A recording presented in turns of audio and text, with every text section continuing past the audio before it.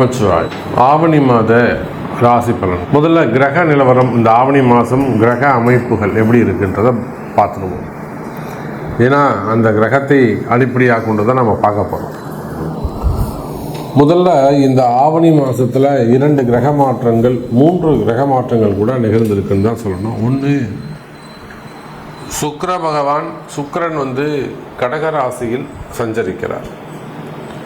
இந்த மாதம் முழுவதும் ஒரு பெரிய நன்மை என்னன்னு கேட்டிங்கன்னா, முழுமையான ஒளி கிரகமாக, முழுமையான சுபத்துவம் வாய்ந்த அந்த சூரிய பகவான், தலைவனாக விளங்கக்கூடிய சூரியன் இந்த ஆவணி மாதம் 30 நாட்களும் தன்னுடைய சொந்த வீட்டில் ஆட்சி பலம் பெற்று சிம்ம ராசியில் சஞ்சாரம் செய்கிறார்.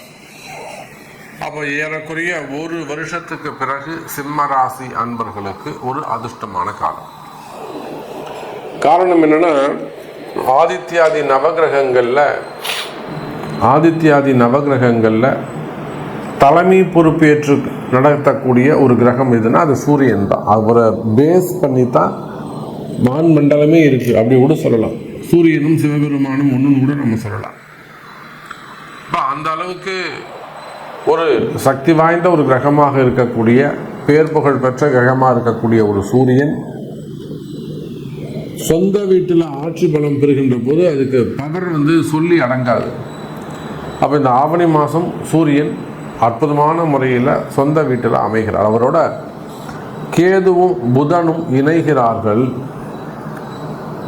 அதே போல் கன்னியில் இருக்கக்கூடிய செவ்வாய், இந்த கன்னியில் இருக்கக்கூடிய செவ்வாயால் நிறைய வீண் விரயங்கள், அடுத்து செலவுகள்.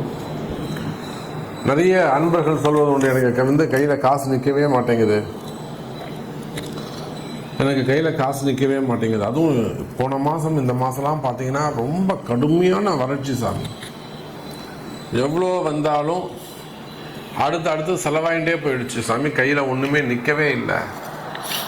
ஒரு இபி செலவு வந்தது, ஒரு ஏசி ரிப்பேர் ஆச்சு, அல்லது வேறு ஏதாவது எலக்ட்ரிக்கல் ப்ராப்ளம் வந்தது, அல்லது பூமி ரிலேட்டடாக வீடு ஒரு ரெனோவேஷன் செஞ்சேன், இல்லை வீட்டில் ஒரு ஹோமம் பண்ணேன், பூஜை பண்ணேன், இல்லை அந்த ஒரு சின்னதாக டைல்ஸ் ஒன்று உடஞ்சிருந்த எடுத்து போட்டாங்க.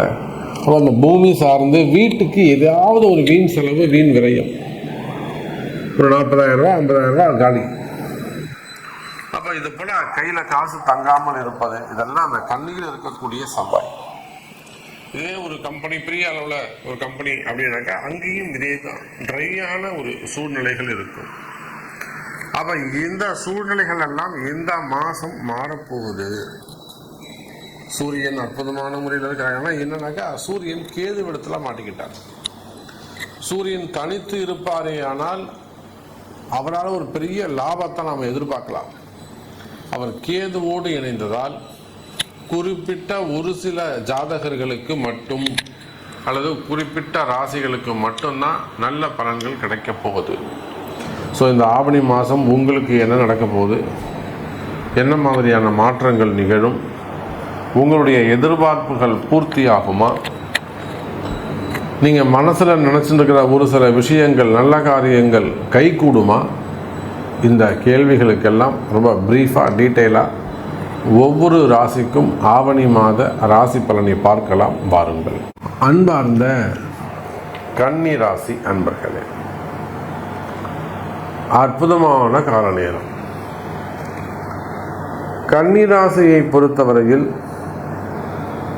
இந்த மாதம், குறிப்பாக இந்த மாதம் ஆவணி மாதம் அற்புதமான மாதம்.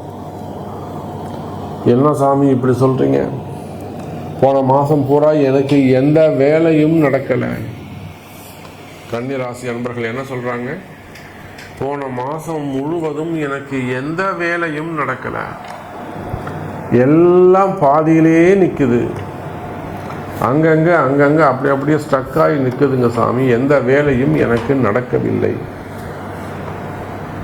அப்படியா, ஒரு வேலை தொடங்க போனேன், வேலையில் ட்ரபுளாக இருக்குது. இந்த கம்பெனியில் நான் ஒரு 10 வருஷமாக வேலை செய்கிறேன், 14 வருஷமாக 18 வருஷமாக வேலை செய்கிறேன் சாமி. அவங்களுக்காக நான் நிறைய உழைச்சி கொடுத்துருக்குறேன், ஒன்றுமே இல்லாத ஸ்டேஜில் வந்தாங்க. இன்றைக்கி நாங்கள் நல்ல க்ரோத் கொண்டு வந்திருக்கேன்.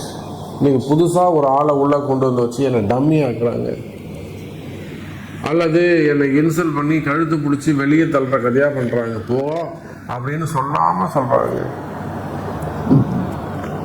இப்படியெல்லாம் வேலை செய்கிற இடத்துல, தொழில் செய்கிற இடத்துல இவ்வளோ எதுக்குங்க? 2 உதாரணம் சொல்கிறோம். நம்ம பாண்டிச்சேரியில் ஒரு பெரிய தொழிலதிபர், அவங்களுக்கு நிறைய தியேட்டர்ஸ் இருக்குது, மால் சென்டர்ஸ் இருக்குது, நிறைய வாடகை வருது,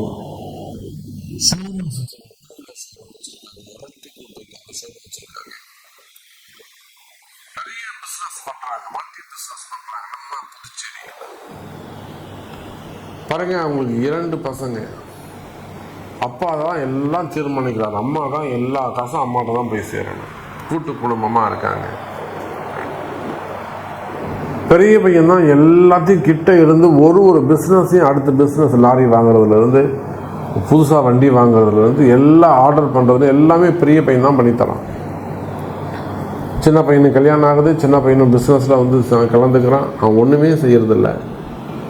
ஆனால் எப்படியோ அப்பாவுக்கு அம்மாவுக்கு ஒரு வசியமோ அல்லது ஏதோ ஒரு விஷயம் அட்ராக்டிவ் அது வச்சுப்போமே, சின்ன பையனை தான் பிடிச்சி போகுது. அப்போ ஒரு வெறுப்பு பெரியவனை உரங்கட்டுறாங்க, எதுவுமே கொடுக்காம ஒன்றா சின்ன பையன் பேரில் எழுதுறாங்க. அப்போ இது தெரிஞ்சு பெரிய பையன் கொதிச்சு போய் வீட்டை விட்டு வெளியில் வரார். அங்கே வந்திருக்கக்கூடாது, ஆனால் வந்துட்டார். இப்போ வீட்டு வாசலில் போனால் கூட அவங்க கதை திறக்க மாட்டேங்கிறாங்க. அப்போ இத்தனை ஆண்டு காலமாக உழைச்சி அந்த கன்னி ராசி என்பவர் என்ன போயிடுதுங்க, ஏமாந்து தெருவில் நிற்கிறாரு. இது பல இடங்களில் பல கன்னி ராசி அன்பர்களுக்கு பொருந்தும், மேட்ச் ஆகும். அதே போலத்தான் இன்னொரு பக்கம், பெரிய சினிமா துறையை சார்ந்த ஒரு குடும்பம் மெட்ராஸில் தான் இருக்கிறாங்க. பெரிய சினிமா துறையை சார்ந்த ஒரு குடும்பம், அவங்களுக்கும் அதே மாதிரி தான். நல்லா ஒரு 3-4 பசங்க. ஒன்று எதுக்கும் உதவாமல் நிறைய நம்ம சோஷியல் மீடியாவில் பார்த்துக்கிட்டு இருக்கோம். ஸோ எதுக்கும் உதவாமல் போயிட்டாங்க. மீதி 3 தங்கமான தங்கம். அதில் இந்த கன்னி ராசியை சேர்ந்த ஒரு பெண் குழந்தை லைஃப்பில் முன்னுக்கு வர முடியாமல் ரொம்ப தடுமாற்றத்தில் இருந்துக்கிட்டு இருக்கு.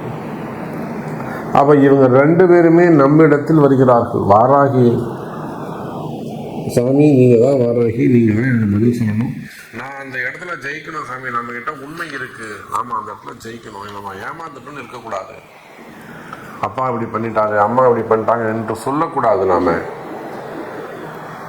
நாமளும் அவங்களுக்கு அதே விசுவாசம் நமக்கு இருக்கணும். சாமி, நீங்கள் தான் அந்த என்ன வசியமாக இருந்தாலும், என்ன மாந்திரிகமாக இருந்தாலும், நீங்கள் தான் அதை கிளியர் பண்ணி தரணும். குடும்பம் ஒன்று சேரணும். அப்போ இதை போல உலகம் முழுவதும் வாழக்கூடிய கன்னிராசி என்பவர்களை நீங்கள் கடுமையாக உங்கள் குடும்பத்துக்காக அல்லது உங்கள் கம்பெனிக்காக, உங்கள் தொழிலுக்காக, உங்கள் பிஸ்னஸ்க்காக, உங்கள் ஓனருக்காக, விவசாய பெருமக்களாக இருக்கலாம். நான் ரொம்ப நிலத்துக்காக அந்த பூமியை வச்சு நான் கஷ்டப்படுறேன்னு சொல்லி இது எல்லா இடத்துலையும் பொருந்தும். புரியுதுங்களா? இது எல்லா இடத்துக்கும். ஒரு 10 ஏக்கர் நிலம் வச்சிருக்காரு ஒரு விவசாயி. பார்த்து பார்த்து பார்த்து அந்த பூமியை செய்கிறார். பெரிய மழை வருது, டக்குன்னு எல்லாத்தையும் காலி பண்ணிட்டு போயிடுது. என்ன பண்ணுவார் அவர்? ஏமாற்றம். புரியுதா? அப்போ அந்த பூமிக்கு விவசாய ராசியாக இருந்தாலும் விவசாயிக்கு அந்த பூமி ராசியாக இல்லை. அதை ராசியாக மாற்றுறது தான் நம்மளுடைய வேலை. அப்போ இங்கே குடியிருக்கக்கூடிய வீடாக இருக்கலாம், தொழில் செய்யக்கூடிய பூமியாக, இடமாக இருக்கலாம், நிலமாக இருக்கலாம், காடாக இருக்கலாம், விவசாய பூமியாக இருக்கலாம். குறிப்பாக குடியிருக்கக்கூடிய வீடுகள், தொழில் செய்யக்கூடிய இடங்கள், கடைகள், கடை அமைப்புகள், ஹோட்டல் இண்டஸ்ட்ரியாக இருக்கலாம், ரெசார்ட்ஸ், ரெசிடென்சி, ரூம்ஸ் வச்சு நடத்தக்கூடியவர்கள், properties and developers, real estate செய்யக்கூடியவர்கள். அப்போது இந்த மாதிரி நீங்கள் எந்த தொழில் செய்பவராக இருந்தாலும், ஷேர் மார்க்கெட்டாக இருக்கலாம், ஸ்டாக் மார்க்கெட்டாக இருக்கலாம், பிஸ்னஸ் சென்டராக இருக்கலாம், மால்ஸாக இருக்கலாம், ஃபினான்ஸ் பிஸ்னஸ், பணம் கொடுக்கல் வாங்கல் அந்த தொழில் செய்யக்கூடியவர்களாக இருக்கலாம்.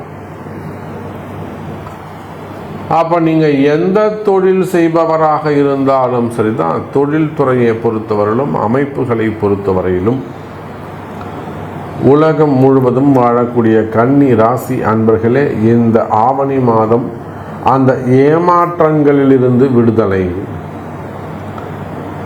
மெயினாக ஜாப் பண்ணக்கூடியவங்க, வேலைக்கு போகக்கூடியவர்கள், தனியார் துறையில் வேலை செய்யக்கூடிய பெண்கள், அதே போல் தனியார் துறையில் வேலை செய்யக்கூடிய ஆண்கள், எனக்கு இப்போ தான் சாமி வேலை போச்சு, ஸோ எனக்கு மீண்டும் வேலை கிடைக்குமா, அந்த மாதிரியெல்லாம் எனக்கு வேலை கிடைக்குமா, திரும்பவும் நான் அதே ஜாபுக்கு போவேனா, அதே ரேங்கில் இருக்குமா, அதே சேலரி எனக்கு கிடைக்குமா, இந்த மாதிரியெல்லாம் சொல்லக்கூடிய கேட்கக்கூடிய கன்னி ராசி அன்பர்களே, இந்த மாதம் அது மாதிரி குடும்ப பிரச்சனைகள், கணவன் மனைவி பிரச்சனைகள், மெயினாக தொழில் அமைப்புகளில் வரக்கூடிய பிரச்சனைகள், குடும்பத்தில் வரக்கூடிய ஏமாற்றங்கள், வேலை செய்கிற இடத்துல வரக்கூடிய ஏமாற்றங்கள், தொழிலில் வரக்கூடிய ஏமாற்றங்கள், பார்ட்னர்ஷிப்பில் வரக்கூடிய ஏமாற்றங்கள், மொத்தமாக உழைச்சி கொடுத்து அவன் எல்லாத்தையும் எடுத்துட்டு போகிறது. கன்னி ராசி அன்பர்கள் ஏதோ தான தர்மம் செய்வதற்கே பிறந்த மாதிரி, பரவாயில்ல சார் எல்லாம் ஆண்டவன் கொடுக்கணும்னு நினைச்சா நம்ம கொடுப்போம் அப்படின்னு பிலாசபி பேசிட்டு உட்காந்து இருக்கிறது. அப்படியெல்லாம் நீங்கள் ஒன்றும் ஏமாறணும்னு உங்களுக்கு ஒன்றும் அவசியம் கிடையாது கன்னி ராசி அன்பர்களே. நீங்கள் ஏமாறணும்னு ஒன்றும் தலையெழுத்து இல்லைங்க, நல்லா வாழணும். நீங்களும் எத்தனை நாள் அடிமைப்பட்டு கிடப்பீங்க? என்ன தலையெழுத்துக்கு உங்களுக்கு? அவனுக்கு நீங்கள் அடிமைப்பட்டு இருக்கணும்னு. அவனுக்கும் தெய்வம் தான், உங்களுக்கும் தெய்வம் தான். தெய்வம் சமமானது. அப்போ உங்களுடைய தாபத்துவம் குறைந்து உங்களுடைய எதிரிகள் காணாமல் போகக்கூடிய காலம். உங்களை அழிச்சிட்டு அவன் முன்னுக்கு வரணும்னு நினைச்சான்னா நீங்கள் அவனை அழிக்க வேண்டாம், அவன் எண்ணமே இந்த மாதம் அவனை அழித்துவிடும் என்பதை சொல்லிக்கொண்டு, உங்களுடைய கேள்வி என்ன, உங்களுக்கு என்ன வேண்டும், அதற்கு உங்களுடைய பிறப்பு ஜாதகமே பேசும் என்பதை சொல்லிக்கொண்டு மீண்டும் வேறொரு அற்புதமான பதிவில் உங்களை சந்திக்கிறேன். நன்றி. நமச்சிவாயம். ஜெய் வராகி. ஜெய் ஜெய் வராகி.